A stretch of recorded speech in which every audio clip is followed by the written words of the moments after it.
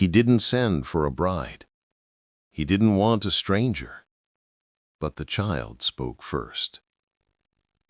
Montana Territory, winter of 1869. The wind cut like a dull blade. Snow rose in swirls that erased the road. Annabelle Sinclair came on foot the last half-mile. Her shawl was pulled tight. Her boots sunk and squeaked. She was black, broad-shouldered, steady. Folks had called her names. She carried her own name inside and kept walking. The ranch house stood like a shadow in the white. A single lantern burned behind the window. The chimney breathed smoke. She raised her hand to knock. The door opened first. A tall man filled the frame. Slate eyes, unshaved jaw, a gun belt worn thin with use. "I'm Annabelle Sinclair, from the Missouri Matrimonial Agency. I was sent to marry Mr. Carter." The man blinked, his jaw set. "Name's Colt Rafferty. There's no Carter here." Wind shoved her from behind. She did not move. "This is Red Bluff Ranch." "It is, but you're at the wrong door." She tasted metal on her tongue. "The stage is gone. The storm is coming." He looked past her at the sky. He stepped aside. For the night. Heat rolled out from the hearth. The stone fireplace cracked and sighed. Wet wool steamed in the air. Annabelle set her small trunk by the door. She studied the room without staring. A rifle on pegs. A child's wooden horse near the fire. A woman's portrait rested on the mantel. Dust made a thin veil over the frame. 3 years, he said. His voice was rough. "My wife." Annabelle nodded once. "I'm not here to replace any soul," she said. "I only need a roof." He pointed down the hall. "Spare room. I'll drive you to Fort Banner once the road opens." Light feet tapped somewhere deeper in the house. A small figure stepped out, barefoot, faded blue nightdress, hair in soft tangles. She stopped in front of Annabelle. She studied Annabelle's face like it held a map. Tiny fingers took the hem of Annabelle's skirt. The girl's voice came like a secret that remembered itself. "God finally sent you to us." The room went still. Colt's breath hitched. His hand found the doorframe and held. "Emmy," he said, quiet as snow. "Emmy, you spoke." Annabelle went to one knee. "Hello, sweetheart," she said. "My name is Annabelle." "Are you going to leave too?" the girl asked. "Not tonight," Annabelle said. "I promise." The storm arrived without hurry. It simply closed its hand. The windows hummed. The roof thudded with drift. Colt spoke in tasks, not feelings. He set extra logs by the hearth. He hammered a loose sill in the spare room. He fixed the bent kettle handle. He did not talk about kindness. He did the work of it. Annabelle noticed. She always did. She sorted the kitchen shelves. She wrote labels in neat script. She made broth and kept the fire honest. She moved with quiet competence. Snickers the town might have held had no place here. Work was the only language worth speaking. Emmy stayed near, just at the edge. She watched the needle in Annabelle's hand. She watched dough rise under a cloth. In the morning, a plate of biscuits appeared, lopsided, half-browned, set down like an offering. Annabelle ate each one with care. "Perfect," she said. The girl's mouth tugged into a small smile and stayed there. By the third day, the road was gone. Only fence posts told where land ended and sky began. Annabelle found a drawing tucked in her sewing box. 3 stick figures under a yellow sun. On both sides, long hands held a small hand. One word was scrawled at the bottom: Mama. She pressed the paper to her chest. She breathed once deep, then folded the drawing flat. Colt watched from a doorway more often now. He crossed his arms. He did not look away so fast. At dusk, the storm lifted its voice. Annabelle stepped out to fetch a forgotten pail. Cold bit her throat. Colt was there with his coat before she could cough. He settled it over her shoulders. "You'll freeze," he said. For a heartbeat, they stood too close. Her breath mixed with his. Then he opened the door and let her past first.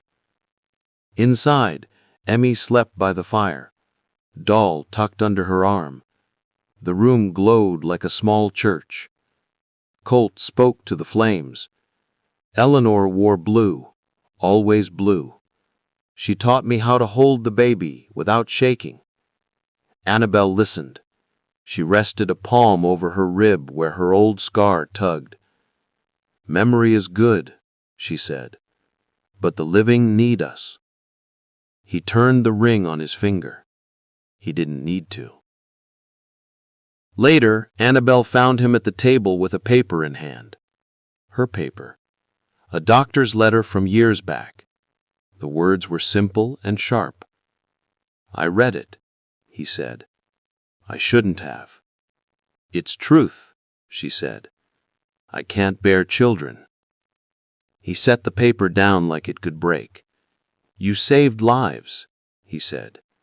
"There is cost in that kind of work." She met his eyes. Respect sat there plain as a cup on a table. Not pity, not hunger. Respect. The wind eased for a time. The stove ticked. The house listened to them breathe. At night, Annabelle read aloud from the family Bible. Ruth walking, Hagar naming the Lord in the desert. Emmy rested her head on Annabelle's arm and traced the seams of her sleeve. "Water is life," she said softly, closing the book. "Words can be too." The windmill creaked outside like an old hymn. Morning brought hard sun and deep cold. Colt lifted Emmy onto the chestnut mare. He walked at her side. His hand hovered, steady, near her back. Emmy rode a slow circle and waved each time she passed Annabelle. Joy seeped back into her face, one ride at a time.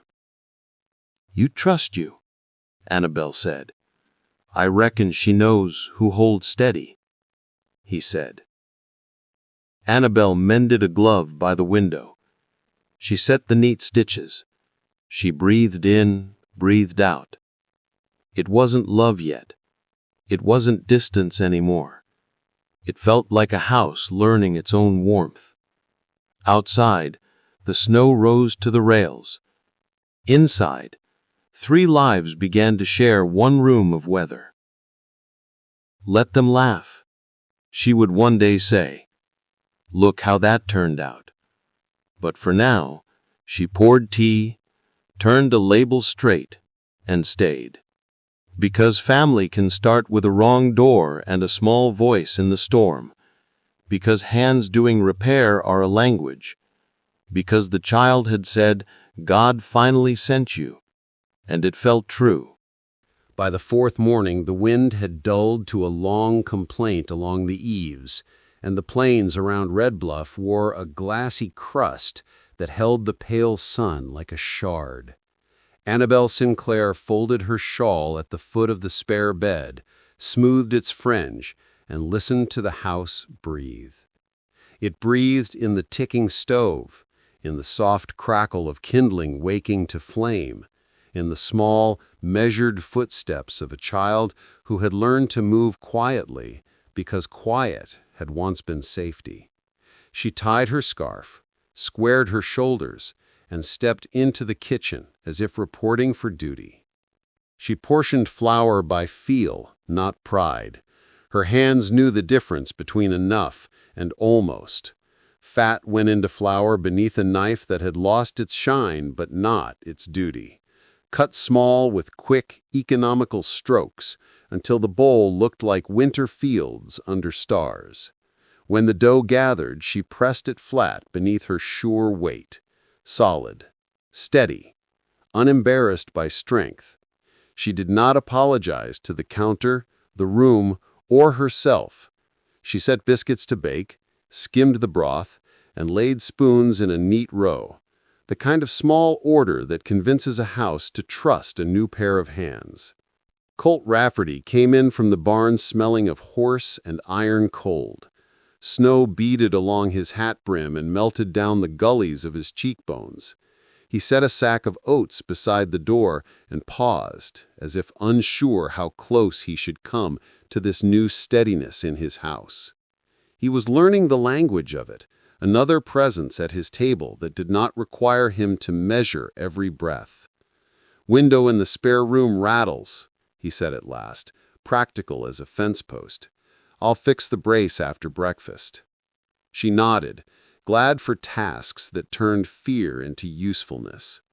"There's broth on the back of the stove, and biscuits soon, if the Lord is kind." Emmy ghosted in, a wisp in a blue nightdress, hair a thicket the comb would visit later.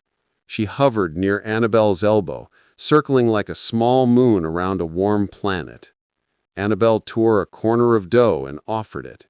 The child received it with solemn care, pressed it between her palms, and watched, entranced, as it obeyed. A low hum came from her, a sound like a kettle thinking of boiling. "Want to help me label the jars?" Annabelle asked the room, not the silence. Emmy nodded once. Together they wrote neat names on scraps: beans, barley, salt, and tied them with kitchen string around glass throats. The girl concentrated as though the string were a boundary line that kept chaos from seeping back in. Colt ate the first biscuit with the attention men give to good news. He buttered it clumsily and looked almost surprised when the butter held. "You do things quiet," he said, more observation than praise. "Quiet keeps the food honest. Noise frightened bread where I grew up." She glanced at him, quick, soft. He studied the table. The house recorded the exchange and shelved it alongside the other small mercies of the week: the mended hinge, the extra log, the way the new woman folded a towel with chapel care. After breakfast, he carried his hammer and a strip of pine up the narrow hall.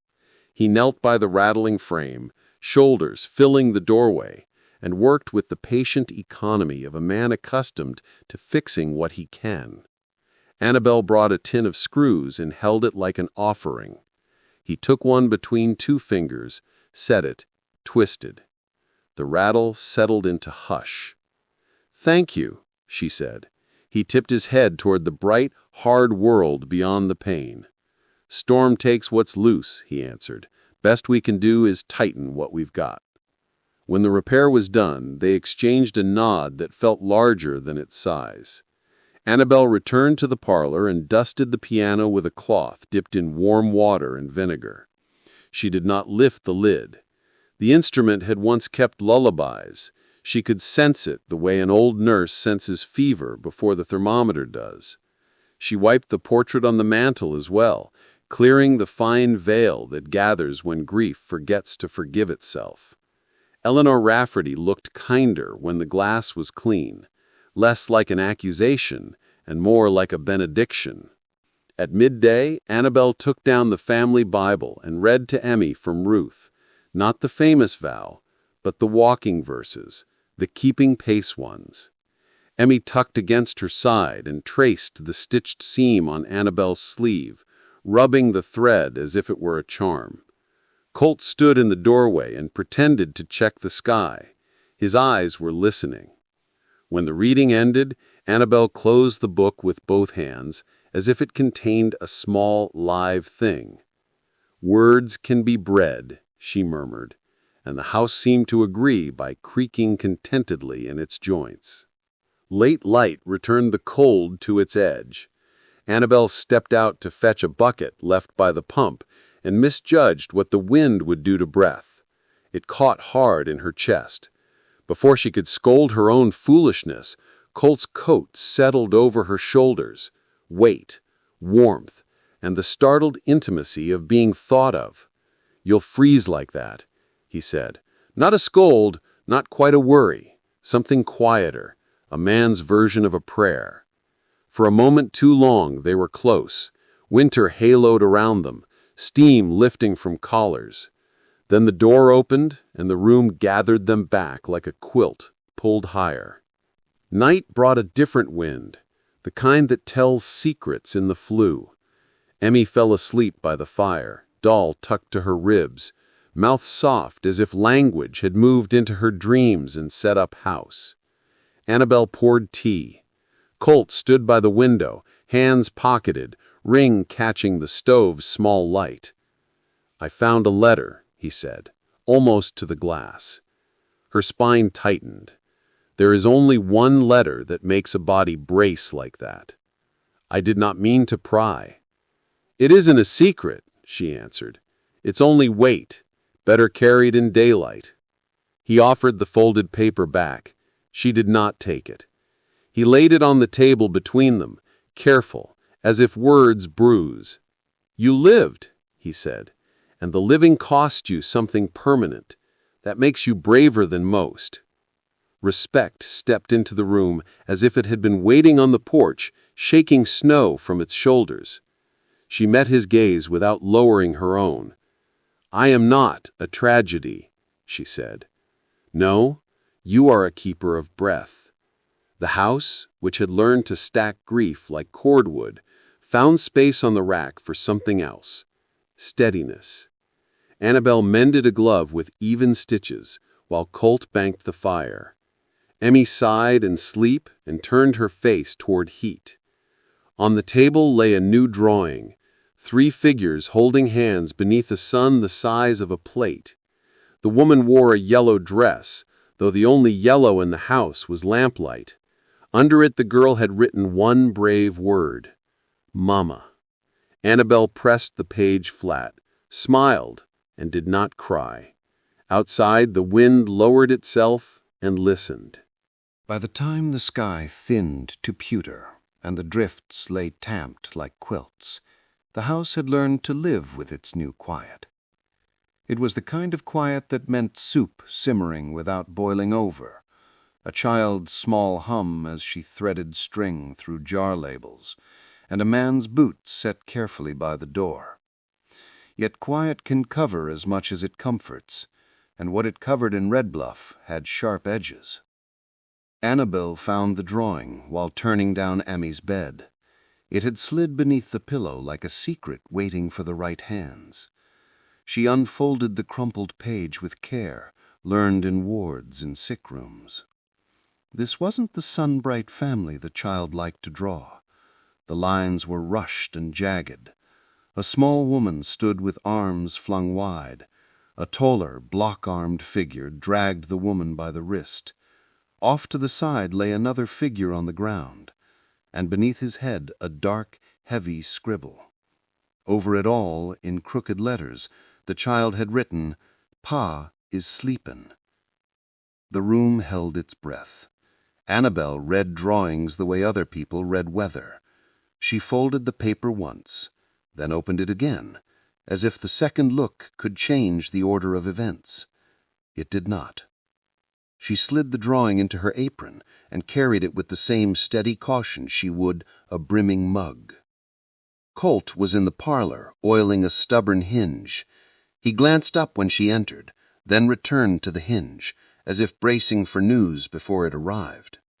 Annabelle set the drawing on the table and moved her hand away so he could see what she would not summarize. He took one look and sat down hard, the chair legs knocking the floor with a small, helpless sound. "He draws a lot," he said, after a pause, voice sanded thin. "Not like this," Annabelle answered. She kept her tone even. Fear loves echoes. she had learned not to give it any. Colt rubbed the heel of his hand along his jaw. "I've never asked what she remembers," he said.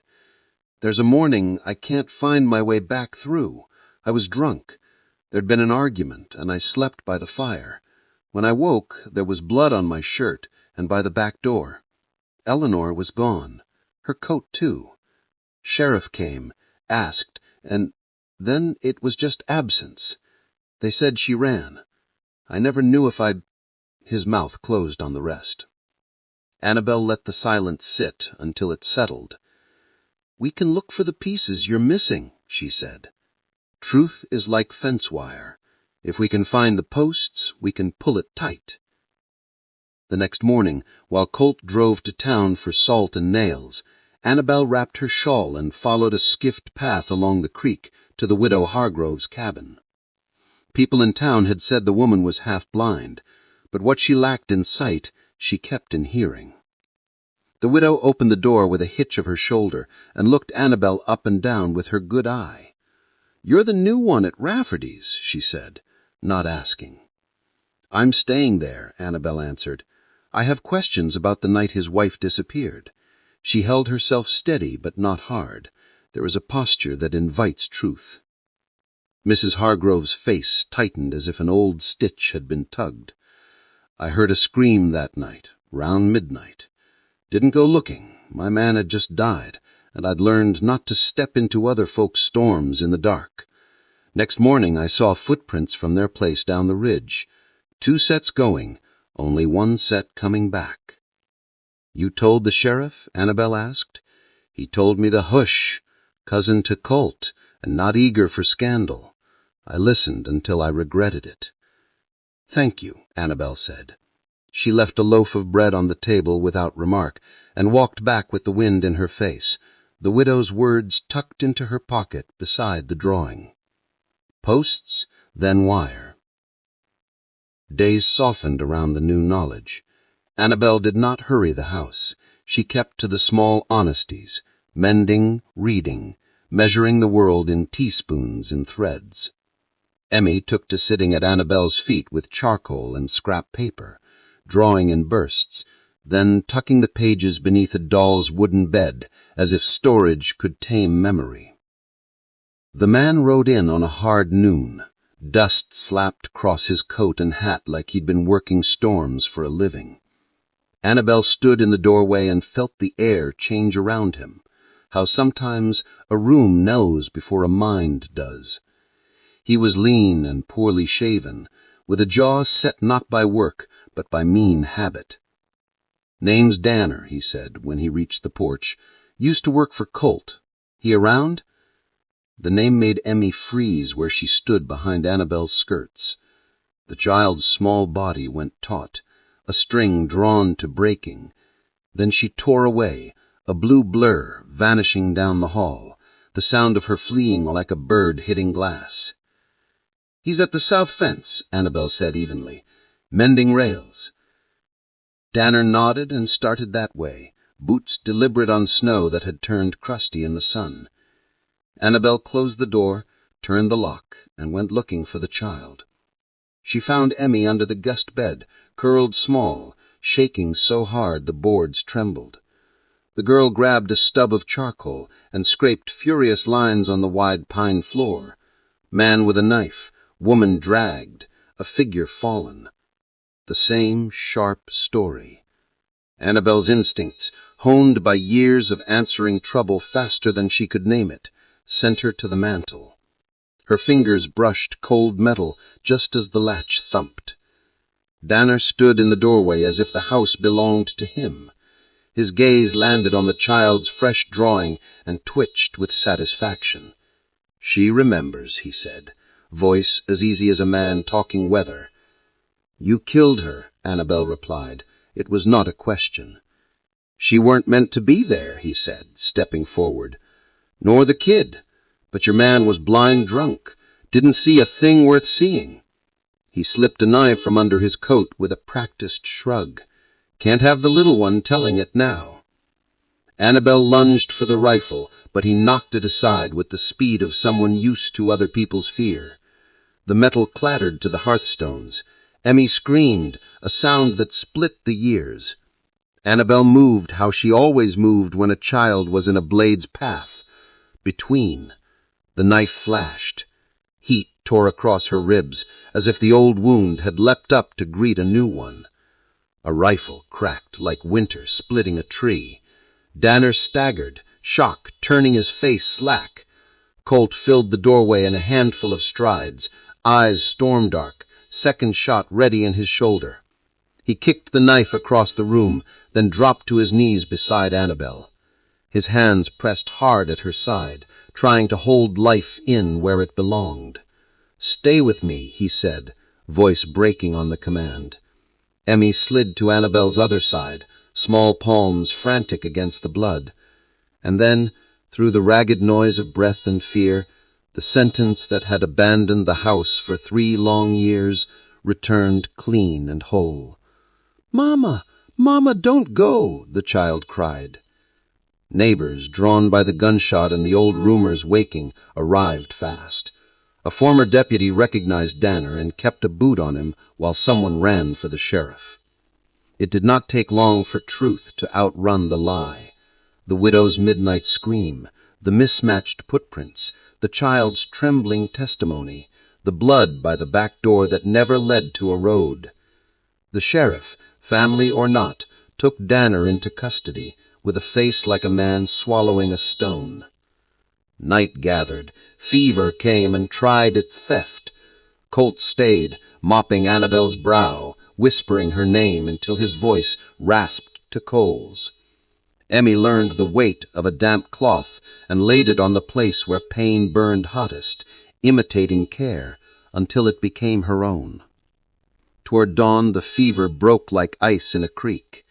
Annabelle's eyes opened to Colt's unshaven face and a relief so raw it looked like hurt. "You stayed," she breathed. "You saved us," he answered, both of them telling the same truth from different sides. Emmy collapsed between them, slept with a hand fisted in Annabelle's sleeve, as if she'd finally found the seam that would not tear. Fever loosened its teeth by inches, not mercy. Annabelle came back the way a ship noses through fog, slow, careful, unwilling to promise a shore. Colt kept to the chair by the bed as if standing might break the thin thread between them. Emmy learned the weight of a damp cloth and the rhythm of ringing, her small hand always finding Annabelle's sleeve before sleep took her. When the worst passed, morning arrived with its work. Colt carried in wood. Annabelle insisted on the little things, slicing onions, counting out tea leaves, anything that let her body remember usefulness instead of ache. Emmy shadowed her like a second hymn. The house felt held together by quiet, a sort of holy hush that follows a storm, not because the wind is done talking, but because everyone else is listening. Guilt had its own weather. It gathered over Annabelle in low clouds she could not scatter with errands. She measured it in the pauses between Colt's sentences and the way Emmy's lashes trembled in sleep. The ache under her ribs argued with the ache behind her ribs. One could be pressed, bandaged, watched. The other asked for decision. She wrote at the kitchen table after noon, when the stove hummed and the house pretended ordinary. The pen hovered, then landed. Dear Colt. She chose plain words and true ones. She wrote of having nowhere once and finding this place by accident. She wrote of love, though she did not embroider it. She did not know how to dress the word in lace and make it lie. She wrote of the letter he had already read and the life she feared she could not give, of cradles she would never fill, and how that old fact pushed at the door now that joy had walked in. You deserve a future not measured in workarounds, she put down. Emmy deserves a mother without qualifiers. Forgive me for thinking love must make room for leaving. She folded the page and set it beneath Eleanor's portrait, a small surrender under a larger shadow. Her hands, which had set bone and steadied fever and ferried men across hard nights, shook as she reached for her trunk. She did not plan a speech for Emmy. How does one explain to a child that love is not the same as staying if one does not believe it oneself? Upstairs the floor creaked, the delicate language of a child waking. Emmy padded down the stairs, hair like dark thistle, doll held in the crook of an arm that knew alarms. The house was too quiet. Her gaze found the mantle and the folded paper. She knew her name when she saw it. She sounded it out with her eyes, moving her mouth without voice, then found the line that split her like cold water. I cannot be her mother. She did not call out. Emmy had learned that calling for help sometimes sent it away. She turned, climbed, pulled on boots with stiff fingers, looped a scarf twice, and opened the door as if opening a book whose ending she intended to change. Annabelle found the silence wrong first, then the door, then the knife in her own words. Emmy?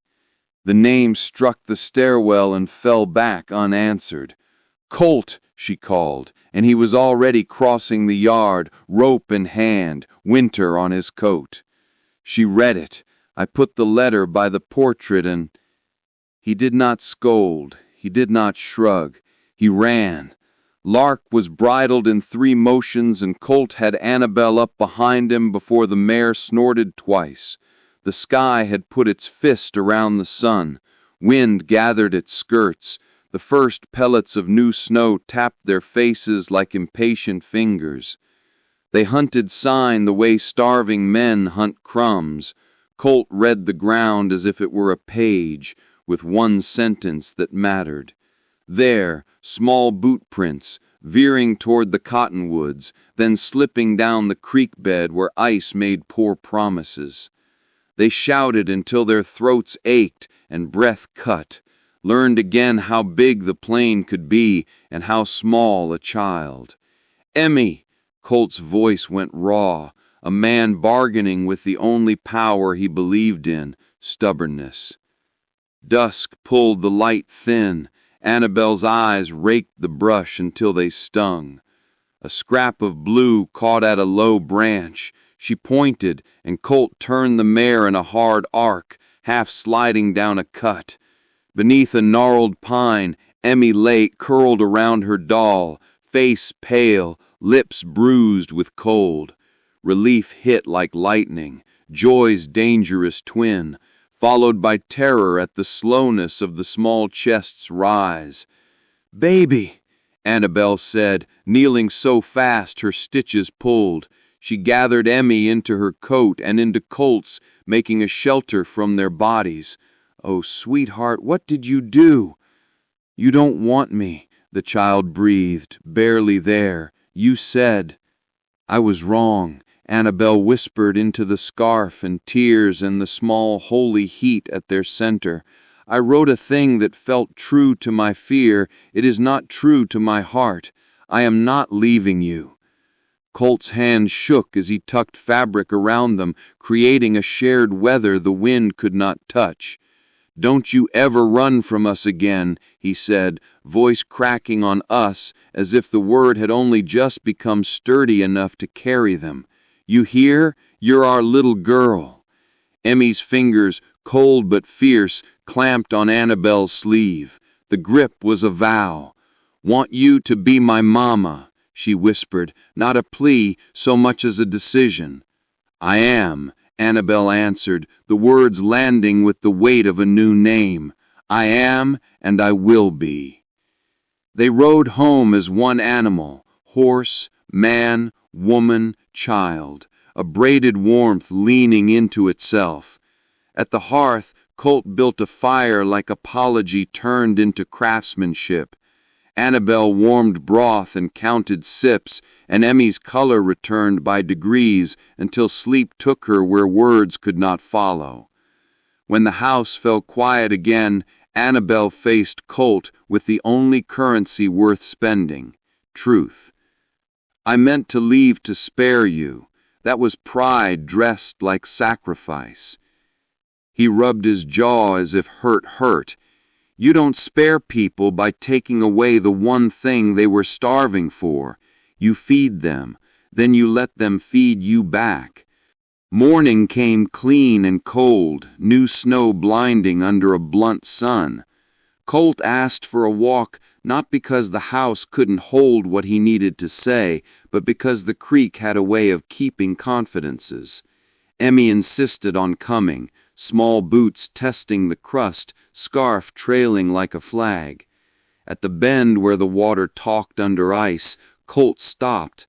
His hands were steadier than his breath. "I've been thinking about what makes a family. Seems to me it ain't blood or the order folks arrive, it's who stays when staying costs something." He pulled a small velvet pouch from his coat. Inside was a ring, plain, worn smooth by another woman's years. He slipped his own band free and held it in his palm, not discarding the past, but acknowledging it. "She's gone, and I loved her, but loving her can't mean I stop living. Emmy needs a mother. His mouth trembled on the word need before he set it down carefully. "I need you." Annabelle went to her knees so her eyes met Emmy's, because vows should not arc over the heads of children, they change. "I'm sorry I made you think love runs. It doesn't. Not here. Not anymore." Emmy nodded, solemn and generous, and tucked her hand into Annabelle's. Colt stayed standing just long enough to feel foolish about it, then dropped to one knee in the snow.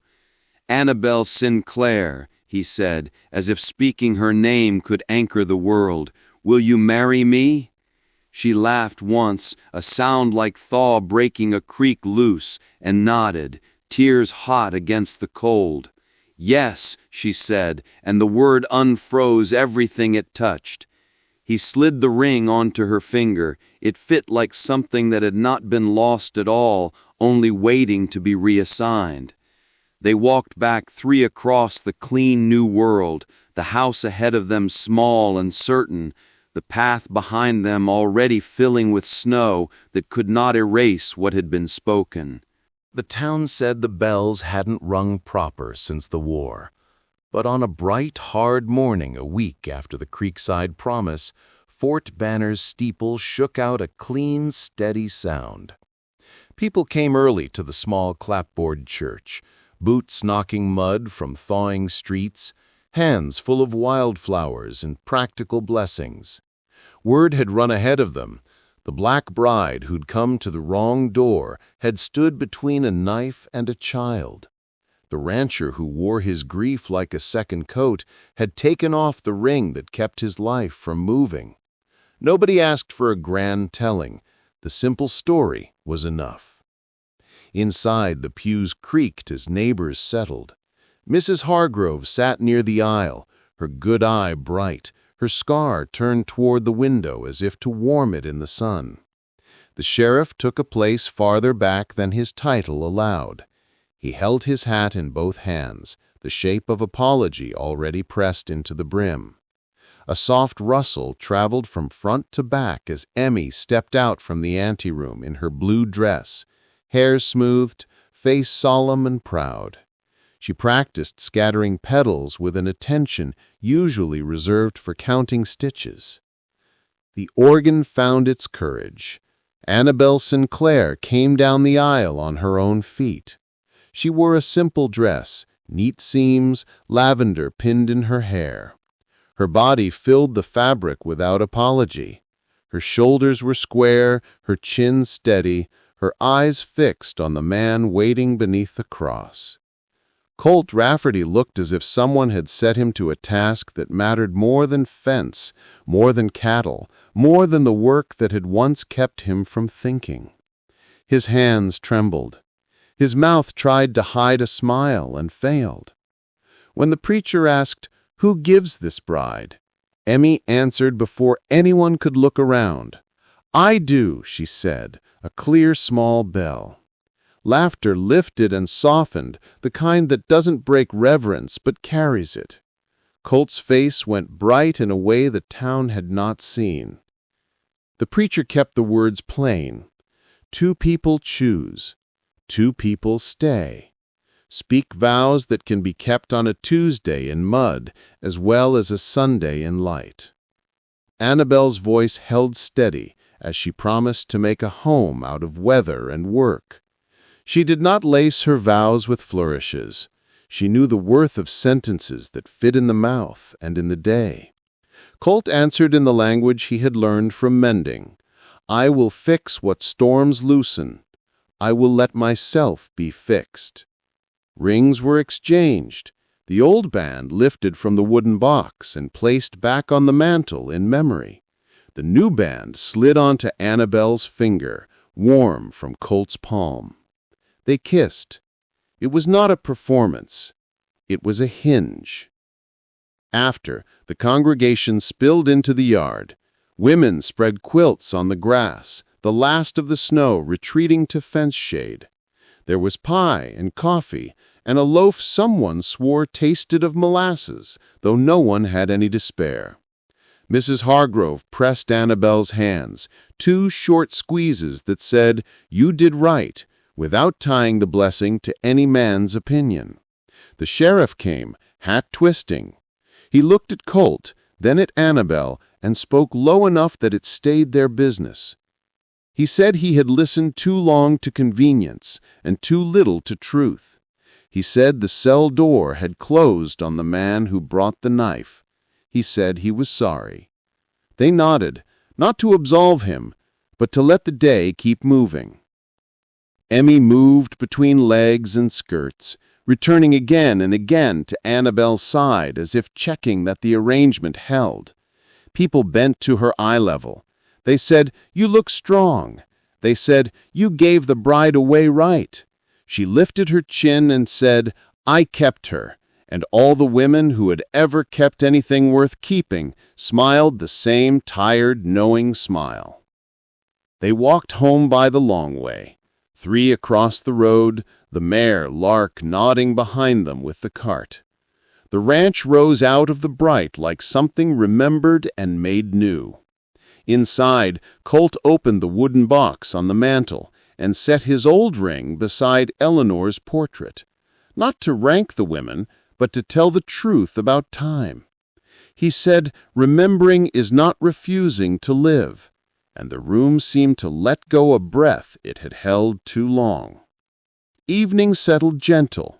Annie fell asleep with her doll and 1 boot still on. Annabelle eased it off and tucked the quilt to the child's chin. She stood a moment, hand on the bedstead, the way people touch door frames they've passed through 1,000 times and still honor. In the parlor, the fire lay gold across the rug.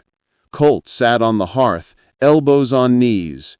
He did not look like a man waiting for a ghost. He looked like someone who had allowed his life to turn. They did not speak long. They did the small work of after. Stacked plates, banked coals, checked latches.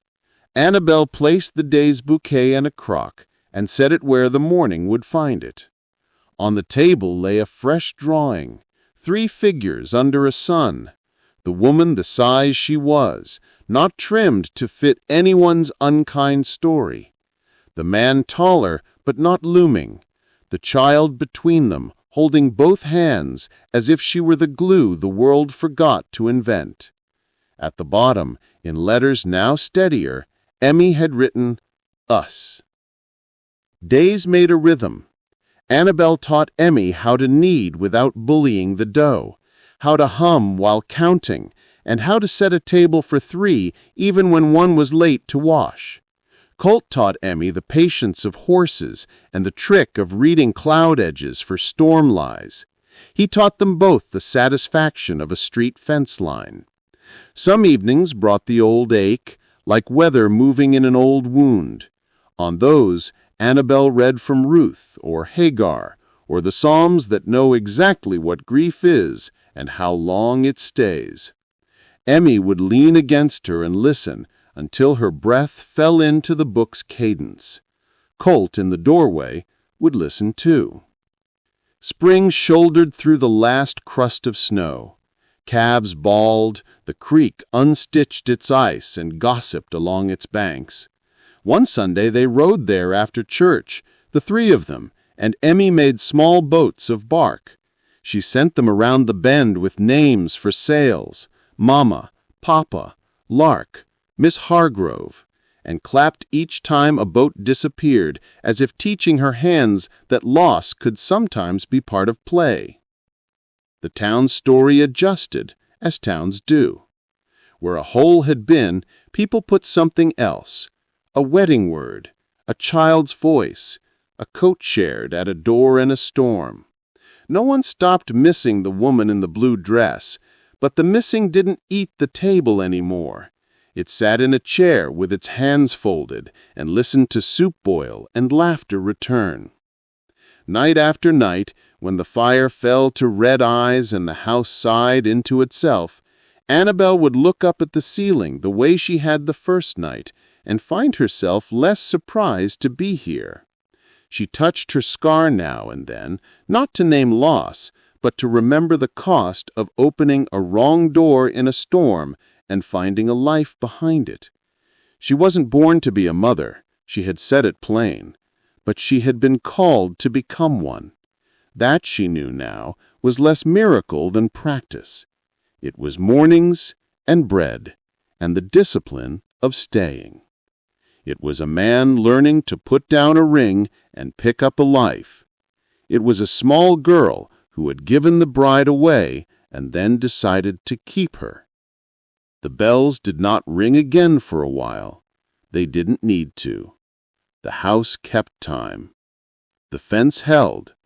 The three of them learned the shape of after and built it, day by day, with work, with laughter, with the kind of vows that sound simple until you keep them.